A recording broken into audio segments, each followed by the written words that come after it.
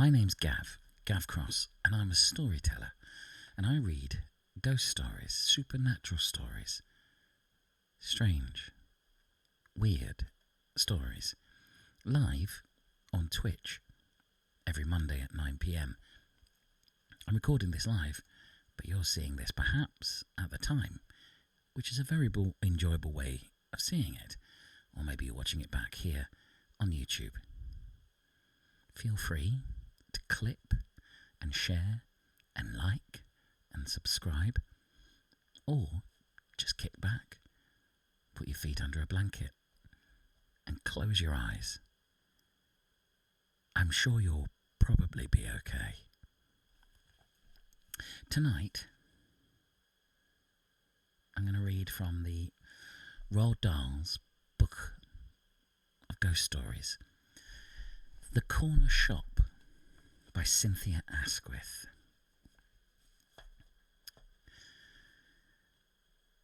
Peter Wood's executors found their task a very easy one.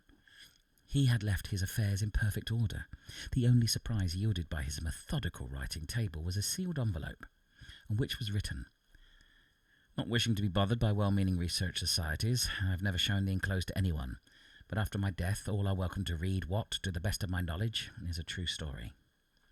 The manuscript, which bore a date 3 years previous to the death of the writer, was as follows. I have long wished to record an experience of my youth. I won't attempt any explanations, I draw no conclusions, I merely narrate certain events. One foggy evening at the end of the day of enforced idleness in my chambers, I had just been called to the bar. I was rather dejectedly walking back to my lodgings when my attention was drawn to the brightly lit window of a shop. Seeing the word antiques on its signboard and remembering that I owed a wedding present to a lover of bric-a-brac, I grasped the handle of the green door, opening with one of those cheerful jingle-jangle bells that admitted me into a large rambling premises thickly crowded with all the traditional treasure and trash of a curiosity shop. Suits of armour, warming pans, cracked, misted mirrors, church vestments, spinning wheels, brass kettles, chandeliers, gongs, chessmen, furniture of every size and every period. Despite all the clutter, there was none of the dusty gloom one might associate with such collections. Far from being dingy, the room was brightly lit, and a crackling fire leapt up the chimney. In fact, the atmosphere was so warm and cheerful that after the cold, dank fog outside, it struck me as most agreeable. At my entrance, a young woman and a girl, by the resemblance, obviously sisters, rose from armchairs, bright, bustling, gaily dressed, and they were curiously unlike the type of people who usually preside over such wares. A flower or a cake shop would have seemed far more appropriate setting, inwardly awarding them high marks for keeping the place so clean. I wished the sisters good evening. Their smiling faces and easy manners made a very pleasant impression on me, but though they were the most obliging in showing me all their treasures and displayed considerable knowledge as well as appreciation, they seemed wholly indifferent as to whether or not I made any purchase. I found a small piece of Sheffield plate, very moderately priced, and decided that this was the very present for my friend. Explaining that I was without sufficient cash, I asked the elder sister if she would take a cheque. "Certainly," she answered, briskly producing pen and ink. "Would you like to make it out to the corner curio shop?" It was with conscious reluctance that I left the cheerful precincts and plunged back into the saffron fog. "Good evening, sir. Always pleased to see you. At any time," rang out the elder sister's pleasant voice, a voice so engaging that I left almost with a sense of having made a friend. I suppose it must have been a week later that I walked home one bitter cold evening, fine powdery snow brushing against my face, a cutting wind lashing down the streets. I remembered the welcoming warmth of the cheerful corner shop, and decided to revisit it. I found myself to be in the very street, and there was the very corner. It was with a sense of disappointment out of all proportion to the event that I found the shop wore that baffling, shut-eyed appearance, and read the uncompromising word, "closed." An icy gust of wind whistled round the corner. My wet trousers flapped dismally against my chapped ankles, longing for the warmth and glow within. I felt annoyingly thwarted, rather childishly, for I was certain the door was locked. I grasped the handle and shook it. To my surprise, it turned in my hand, but not in answer to its pressure. The door was opened from within, and I found myself looking into the dimly lit countenance of a very old and extremely frail-looking man.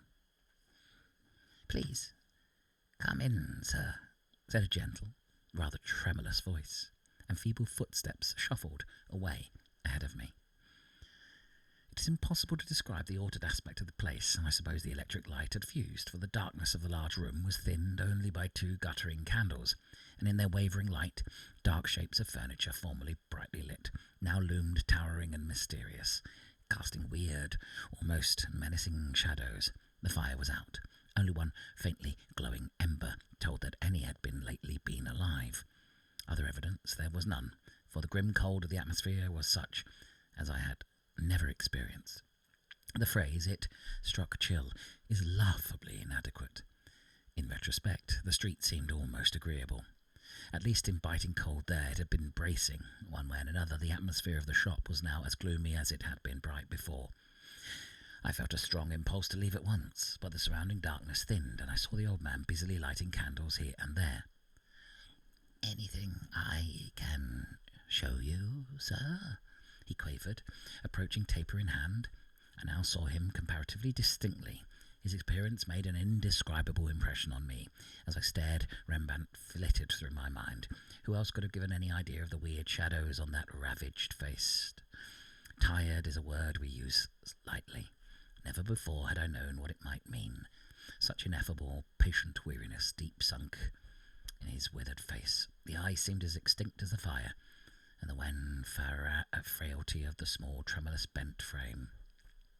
The words, dust and ashes, strayed through my brain. On my first visit, I had, you may remember, been surprised by the uncharacteristic cleanliness of the place. The queer fancy now struck me that the old man was like an accumulation of all the dust one might have expected to find distributed over such premises. In truth, he looked scarcely more solid than a mere conglomeration of dust and cobwebs that might be dispersed at a breath or a touch. What a fantastic old creature to be employed by those well-to-do-looking girls. He must, I thought, be some old retainer kept on out of charity. "Anything I can show you, sir?" repeated the old man.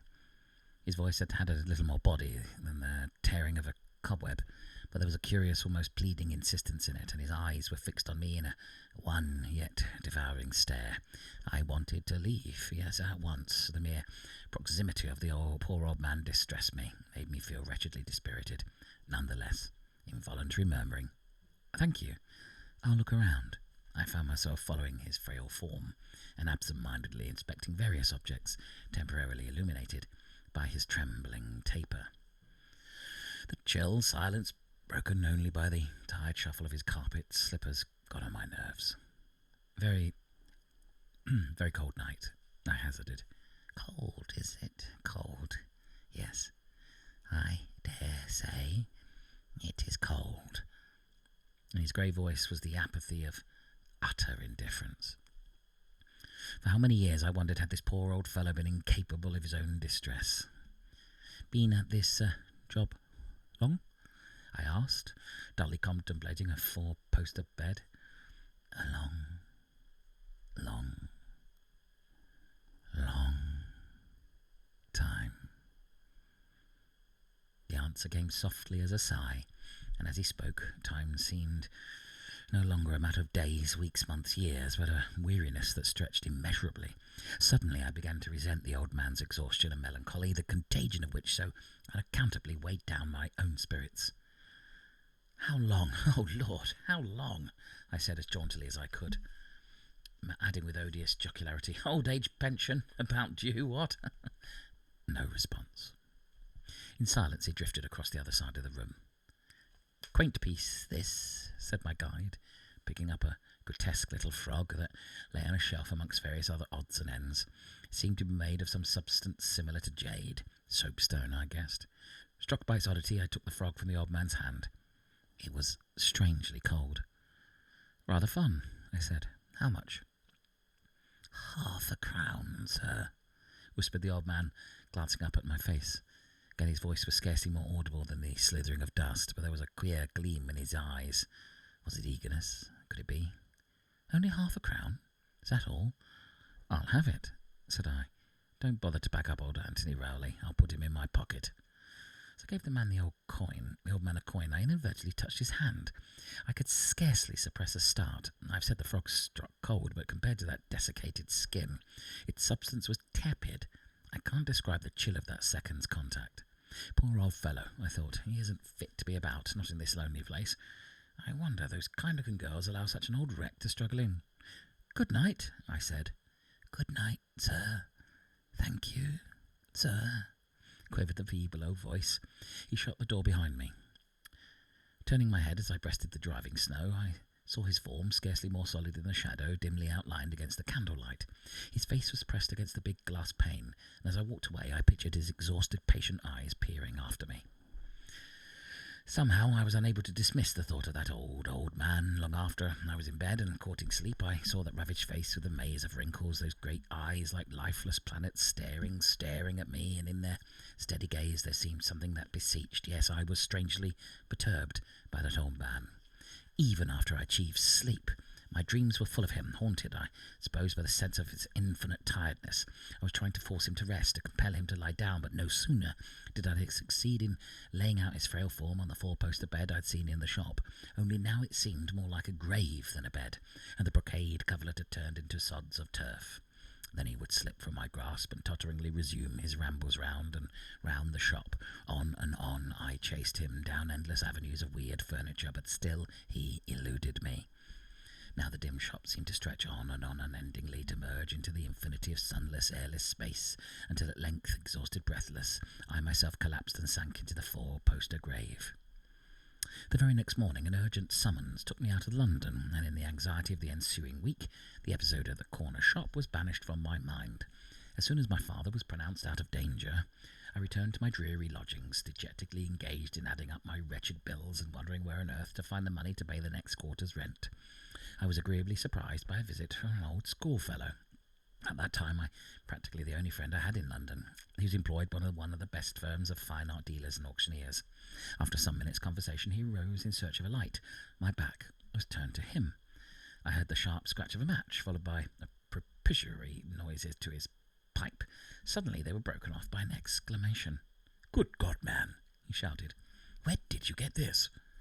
Turning my head, I saw he had snatched up my purchase of the other night, the funny little frog, whose presence on my mantelpiece I had all but forgotten. Closely scrutinizing it through a magnifying glass, he held it under the gas jet, his hands shaking with excitement. "Where did you get this?" he repeated. "Have you any idea what it is?" Briefly I told him that rather than leave the shop empty-handed, I'd bought the frog for £0.50. £0.50? My dear fellow, I can't swear to it, but I believe you've had one of the most amazing pieces of luck one hears of. Unless I'm very much mistaken, this is a piece of jade of the Heja dynasty. If so, it's practically unique. Those words conveyed little to my ignorance. "Do you mean it's worth money?" "Worth money? Phew!" he ejaculated. "Look here. Will you leave the business to me? Let me have the thing for my firm to handle. They'll do the best they can by you. I shall be able to get it to Thursday's sale." Certainly I could implicitly trust my friend. I agreed. Reverently enwrapping the frog in cotton wool, he hurried off. Friday morning I had the shock of my life. Shock does not necessarily imply bad news. I assure you that for some seconds after opening the one envelope lying on my dingy breakfast tray, the room spun round and round. The envelope contained an account from Messrs. Spunk, Fine Art Dealers and Auctioneers. "To sale of Heja jade, £2,000, less 10% commission, £1,800. And there, neatly folded, made out to Peter Wood, was Messrs. Spunk's cheque for £1,800. For some time I was completely bewildered. My friend's words had raised hopes that my chance purchase might facilitate the payment of next quarter's rent, might possibly even provide for a whole year's rent. But that so large a sum was involved had never so much as crossed my mind. Could it be true? Or was it some hideous joke? Surely, in the trite phrase, it was as much too good to be true. It wasn't the sort of thing that happened to oneself. Feeling physically dizzy, I rang up my friend. His voice, with the heartiness of his congratulations, convinced me of the truth of my astounding good fortune. It was neither joke nor dream. I, Peter Wood, whose bank account was at present £20 overdrawn, who, but for shares amounting to £150, possessed no securities whatever, now held in my hand a piece of paper convertible into 1,800 golden sovereigns. I sat down to think, to try to realise, to readjust. From my jumble of plans, problems and emotions, one fact emerged crystal clear. Obviously, I could not take advantage of that nice girl's ignorance, nor the poor old caretaker's incompetence. Whichever was to blame. No, I couldn't accept this amazing gift from fate, merely because by sheer fluke I had bought a treasure for £5,000. Clearly, I must give back at least half the sum to my unconscious benefactors, otherwise I should feel I'd robbed them, almost as if, like a thief in the night, I'd broken into their shop. I remembered their pleasant, open countenances. What fun to astonish them with my wonderful news. I felt a strong impulse to rush to the shop, but having for once a case in court, was obliged to go to the Temple. Endorsing Messrs. Spunk's cheque, I addressed it to my bankers, and filled in one of my own for £900, made out to the corner curio shop. It was late before I was free to leave the law courts, and when I arrived at the shop I was disappointed but not surprised to read the notice closed. Even supposing the old caretaker to be on duty, there was no particular point in seeing him. My business was with the mistress. Deciding to postpone my visit the following day, I was just on point of hurrying home, when exactly as though I were expected, the door opened. There by the threshold stood the old man, peering out into the darkness. "Anything I can do for you, sir?" His voice was even queerer than before, and I now realised that I'd dreaded re-encountering him. Yes, I found myself irresistibly compelled to enter. The atmosphere was so grimly cold as on my last visit, I felt myself actually shiver. Several candles, obviously only just lit, were burning. By their glimmer I saw the old man's questioning gaze intently fixed on me. What a face! I had not exaggerated his weirdness. Never had I seen anyone so singular, so striking. No wonder I had dreamt of him. How I wished he had not opened the door. "Anything I can show you tonight, sir?" His voice trembled. "No, thanks. I've come about that thing you sold me the other day. I find it's of great value. Please tell your mistress that I'll pay her a proper price for it tomorrow." As I spoke, there spread over the old man's face the most wonderful smile. I use the word smile for lack of a better word, but how to convey the beauty of the indefinable expression that transfigured that time-worn face? Tender triumph, gentle joy, rapturous reverence. What mystery did I witness?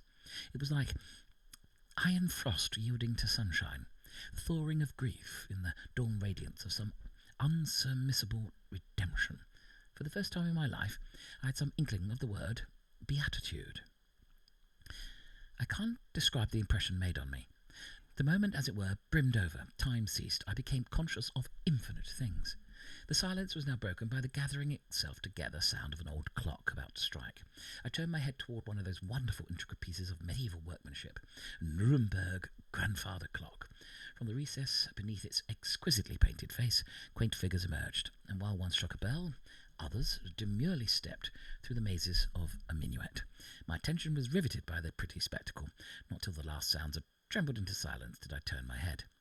I found myself alone. The old man had vanished. Surprised that he should leave me, I looked all round the large room. Oddly enough, the fire, which I had supposed dead, had flared into unexpected life, and now cast a cheerful glow, but neither fire nor candlelight revealed any trace of the old caretaker. "Hello? Hello?" I called interrogatively. No answer. No sound save the loud ticking of clocks and the crackle of the fire. I walked all round the big room. I even looked into the great four-poster bed of my dreams. Then I saw that there was a smaller adjoining room. Snatching up a candle, I hastened to explore it. At its far end I discovered a winding staircase leading up to a little gallery. The old man must have withdrawn into some upstairs lair. I would follow him. I groped my way to the foot of the stairs and began to climb, but the steps creaked under my feet. I was conscious of crumbling woodwork. There was an icy draught. My candle went out. Cobwebs brushed against my face. To go any further was most uninviting. I desisted. After all, what did it matter? Let the old man hide himself. I'd given my message. Best be gone. But the main room to which I'd returned was now quite warm and cheerful. What had ever made me think it sinister? It was with a distinct sense of regret that I left the shop. I felt balked. I longed to see that radiant face again. Strange old man. How could I have ever fancied that I feared him? The next Saturday I was free to go to the shop. All the way there my mind was agreeably occupied with anticipating the welcome grateful sisters were sure to give me. As the new jingle-jangle of the bell announced my opening of the door, two girls who were busily dusting their goods turned to see who came in at so unusually early an hour. Recognising me, to my surprise, they bowed amiably, but quite casually, as though to a mere acquaintance. With such a fairy-tale bond between us, I had expected a very different kind of greeting. I suppose they had not yet heard the news. When I told them I'd brought the cheque, I saw that my surmise was right. They looked quite blank. Cheque? Yes, for the frog I bought the other day. Frog? What frog? I only remember your buying a piece of Sheffield plate. So they knew nothing, not even of my second visit to the shop. By degrees I told them the whole story. They were overcome with astonishment. The elder sister seemed quite dazed. But I can't understand it. I can't understand it, she repeated. Holmes, the old caretaker, isn't even supposed to admit anyone in our absence, far less to sell things. He merely comes to take charge on the evenings we leave early, and it is only supposed to stay until the night policeman comes on duty. I can't believe he let you in and never told us he'd sold you something. It's too extraordinary. What time is it? Around 6, I think. He generally leaves at 5:30, said the girl, but I suppose the policeman must have been late. It was later when I came yesterday. Did you come again? Briefly, I told her of my visit and the message I'd left with the caretaker. What an extraordinary thing, she exclaimed. I can't begin to understand it, but we shall soon hear his explanation. I expect him at any moment now. He comes in every morning to sweep the floors. At the prospect of meeting the remarkable old man again, I felt a thrill of excitement. How would he look by daylight? Should I see him again? Very old, isn't he? I hazarded. Old? Oh, yes, I suppose he is getting on. It's a very easy job. He's a good, honest fellow. I can't imagine he's doing anything on the sly. I'm afraid we've been rather slack on our cataloguing lately. I wonder if he does sell odds and ends for himself. Oh, no, I can't believe it. By the way, can you remember whereabouts the frog was? I pointed to the shelf from which the caretaker had produced the piece of jade. Oh, from that odd lot I bought the other day, for next to nothing. I haven't sorted or priced any of the things yet. I can't remember any frog. What an incredible thing to happen. At this moment, the telephone rang. She lifted the receiver. Hello? Hello? Yes, Miss Wilson speaking. Yes, Mrs. Holmes, what is it? A few seconds' startled pause, and then... Dead? Dead? But how? Why? Oh, I am sorry. After a few more words, she replaced the receiver and turned to us, her eyes full of tears. Oh, Bessie, she said to her sister, poor old Holmes is dead. When he got home yesterday he complained of pain, and he died in the middle of the night, heart failure. No one had any idea there was anything the matter with him. Oh, poor Mrs. Holmes, what will she do? We must go to her at once.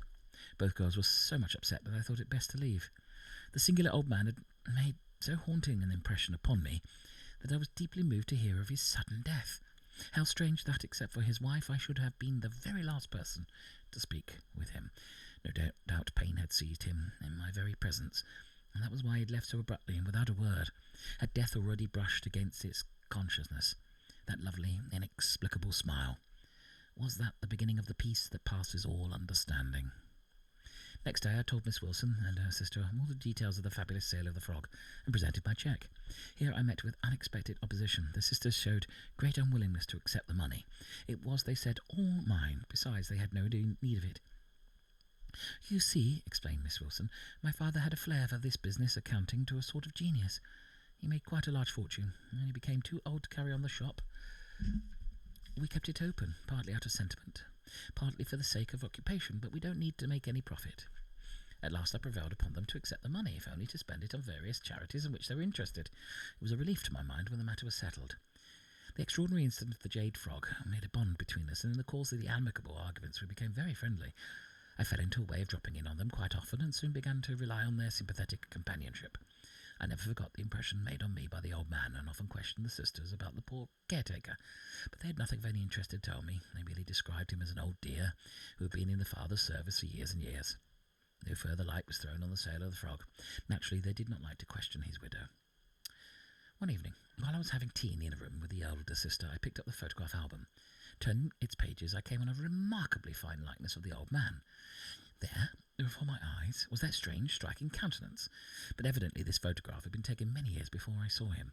The face was fuller, and not yet acquired the frail, infinitely wearied look I had remembered. But what magnificent eyes! There certainly was something extraordinarily impressive about the man. "What a splendid photo of poor old Holmes," I said. "Photograph of Holmes? I had no idea there was one. Let's see." As I handed the open book, her sister Vesey looked in through the open door.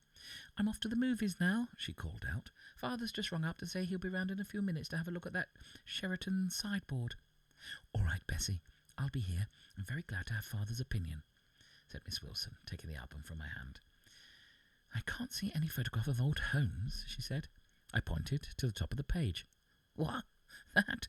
she exclaimed. "Why, that's my dear father." "Your father?" I gasped. "Yes, I can't imagine any two people more unlike. It must have been very dark when you saw Holmes." Yes, it was very dark," I said quickly, just to gain time to think, for I felt bewildered. No degree of darkness could possibly explain any such mistake. I had no moment's doubt as to the identity of the man I had taken for the caretaker, the one whose photograph I had held in my hand. What an amazing, inexplicable thing! Her father! Why on earth should he have been in the shop unknown to his daughters? For that possible motive had he concealed the sale of the frog, and when he heard of its value, why had he left the girls under the impression that it was Holmes, the dead caretaker, who had sold it? Had he been ashamed to confess his own inadvertence, or was it possible that the girls had never told him of the astonishing sequel to the sale? Did they perhaps not want him to know their sudden acquisition? Into what strange family intrigue had I stumbled? But whoever it was who had been so secretive, it was none of my business. I didn't want to give anyone away. No, I must hold my tongue. The younger sister had said the father was just coming. Would he recognise me as his customer? If so, it might be rather embarrassing. "It's a splendid face," I said shyly. "Isn't it?" she said with pleased eagerness. "So clever and strong, don't you think? I remember when the photograph was taken. It was just before he got religion." The girl spoke as if she referred to some distressing illness. "Did he suddenly become very religious?" "Yes," she said reluctantly. "Poor father. He made friends with a priest and became so changed. He's never the same again." From the break in the girl's voice, I guessed she thought her father's reason had been affected. Perhaps this explained the whole affair. On the two occasions when I had seen him, he was wandering in mind as well as body. Did his religion make him unhappy? I ventured to ask, for I was most anxious for more light on the strange being before I met him again. "Yes, dreadfully." The girl's eyes were full of tears. "You see, it was... She hesitated, but after a glance at me, went on. "There's really no reason why I shouldn't tell you. I've come to look on you as a real friend. My poor father began to think he had done something very wrong. He couldn't quiet his conscience. You remember me telling you of his extraordinary flair? Well, his fortune had been really founded on 3 marvellous strokes of business. You see, he had exactly the same sort of luck you'd had here the other day. That's why I decided to tell you. It seems such an odd coincidence." She paused. "Please go on," I urged. "Well, on 3 separate occasions, he bought for a few shillings objects that were of immense value. Only, unlike you, he did know what he was about. The profit made on their sale was no surprise to him. Unlike you, he did not then see any obligation to make it up to the ignorant people who had thrown away fortunes. After all, most dealers wouldn't, would they?" she asked defensively. "Well, father grew richer and richer. Years later he met the priest. Then he seemed to go sort of morbid. He began to think that our wealth had been founded on what was really no better than theft. He reproached himself bitterly for having taken advantage of those 3 men's ignorance. Unhappily, in each case, he succeeded in discovering what had ultimately happened to those he called his victims. Most unfortunately, all 3 customers had died destitute. This discovery had made him incurably miserable. 2 of these men had died without leaving any children, so as no relations could be found, my father was unable to make amends. The son of the 3rd he traced to America, but there he too had died, leaving no family. So poor father could find no means of making reparation. That was what he longed for, to make reparation. His failure preyed and preyed on him until his poor dear mind became quite unhinged. As religion gained stronger and stronger hold on him, he took a queer sort of notion into his head, a regular obsession. The next best thing to do a good deed yourself, he would say, is to provide someone else with an opportunity to give his cue. In our sins, Christ is crucified afresh. Because I have sinned against him thrice, I must somehow be the cause of 3 correspondingly good actions that will counterbalance my own sins. In no other way can I atone for my crimes against Christ, for crimes they were. In vain we argued with him, assuring him he had done only as nearly all other men would have done. It was no use. Other men must judge for themselves, and I have done what I know to be wrong, he would moan. He grew more and more fixed in his idea of expiation. He became positive religious maniac, determined to find 3 human beings who, by their good actions, would, as it were, cancel out the pain caused to divinity. For what he called his 3 crimes, he busied himself in finding insignificant-looking works of art, which he would offer for a few shillings. Poor father, never shall I forget his joy when one day a man brought back a vase he had bought for 5 shillings and then discovered to be worth £600. "I think you must have made a mistake," the man said, "just as you did. Bless you." 5 years later, a similar thing occurred, and he was so radiant. 2 of humanity's crimes cancelled out, 2/3 of expiation achieved. Then followed years and years of weary disappointment. "I shall never rest, I can't, no, never until I find the 3rd, he used to say. Here the girl began to weep. Hiding her face behind her hands, she murmured, "Oh, if only you had come sooner." I heard the jingle-jangle of the bell. "How he must have suffered," I said. "I'm so glad I had the luck to be the 3rd. Is he satisfied now?" Her hands dropped from her face. She stared at me. I heard footsteps approach. "I'm so glad I'm going to meet him again," I said. "Meet him?" he echoed in amazement, as the footsteps neared. "Yes, I may stay and see your father, mayn't I? I heard your sister say he would be soon here." "Oh, no, I understand," she exclaimed. "You mean Bessie's father. But Bessie and I are only stepsisters. My poor father died years and years ago."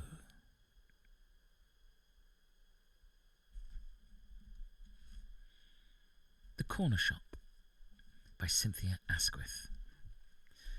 Part of Roald Dahl's